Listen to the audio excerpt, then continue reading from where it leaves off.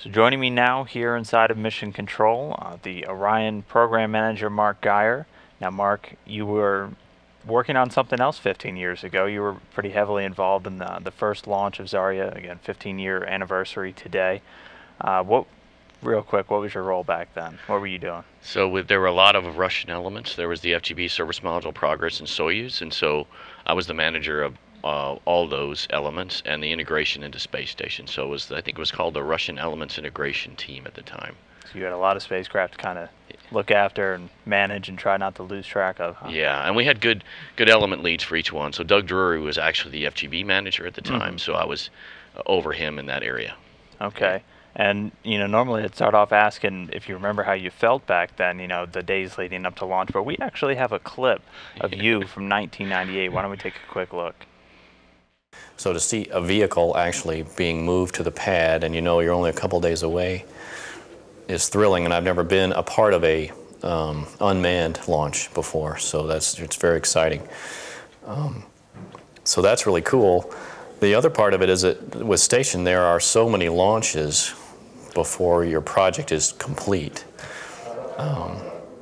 So there's still a lot of work ahead, and so I'm extremely excited to get started, and I'm ready to continue the next step, but no, we've got a lot of hard work ahead of us, and that we need to keep focused. So it's kind of a mixed, but it's great to get going, to get started. That'll be great.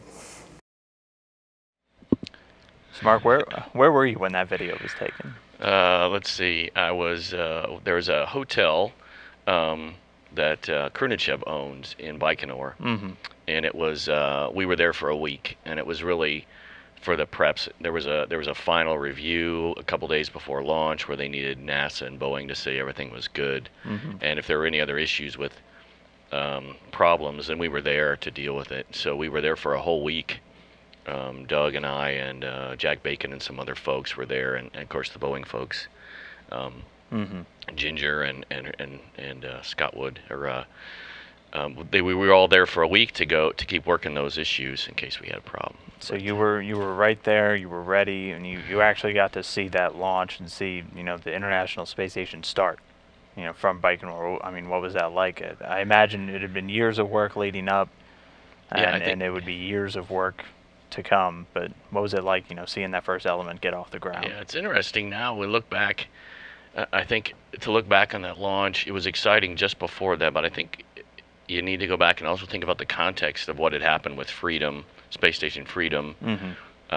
Freedom passed by one vote after several years of being in development, and then we had it got changed into ISS, and then in about 96, we were in pretty dire straits. The Russians weren't getting the funding they needed. We had some delays on the node in the lab, because it's very hard to build these elements. So there was a time there it was hard to say whether we would even fly. And actually we modified FGB to allow it to have a satellite bus, the ICM, that could dock to it in case the service module never flew. We could still build out the USOS. Yeah. We had to modify the FGB. But all that turned around in late 97 and 98, and then once we started flying, it was a whole different feeling. It was a huge relief to get started. And of course, there's been a ton of work since then just to get the station to where it is. So it was a really important moment at that time. And of course, the docking with the node, now you actually had the Russian and the U.S. segments together. And I remember when Cabana and Krikalev actually went through the hatch together. That was a huge moment. It was a lot of fun after all that work to get there. So being there at the beginning, what was it like to just watch the station evolve over 15 years? It's funny. It was a lot of work. It was a lot of hard work. Oh, yeah. And in the midst of, and I think I actually caught it pretty well there on the video. It's exciting to be the first one, but we were still working hard to get the service module ready, and folks over here were working very hard to get the lab done. There was a ton of work, a lot of late nights, and every flight there was something else, right? And then we had Columbia. We were down for a while. We had to learn how to operate without the shuttle, and then the shuttle came back and we finished the assembly, and then I left around 2005. But it's funny that you're in the midst of this exciting thing, but you're always thinking about, oh, okay, I got to work these next issues because we got this next flight coming You don't up. have a lot of time to be excited. No. You're excited for a few seconds when you see it off the ground, and then you're like, okay, well, you know, what's next? Yeah. There's not a lot of time to enjoy it because you're off to the next thing, but Mm-hmm. that's part of working on station. Yeah. Well, and you'd mentioned, you know, you left station and you moved on to other programs. Now you're overseeing Orion, you know, NASA's next generation space vehicle. It's going to go further than we've ever gone. A lot of really exciting stuff.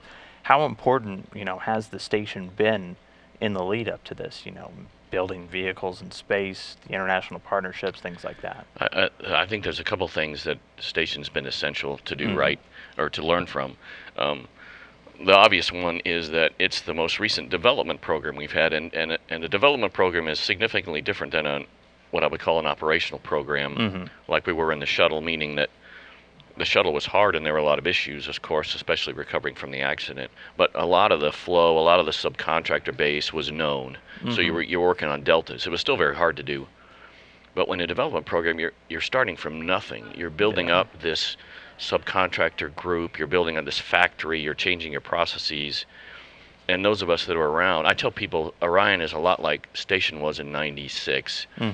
And if people remember what the node was like, how hard it was to get that going, and some of the issues we had in the lab, and that's very similar to Orion. So if you have the experience with it and you've done it, you don't get discouraged. You know, here's the things we need to keep our minds on, and what we need to work hard on. So it's good, really good background. I also think the political environment, people that didn't work on station don't remember that we had a lot of ups and downs. It's hard, and so if you're young and you come into Orion and go, why isn't this easy?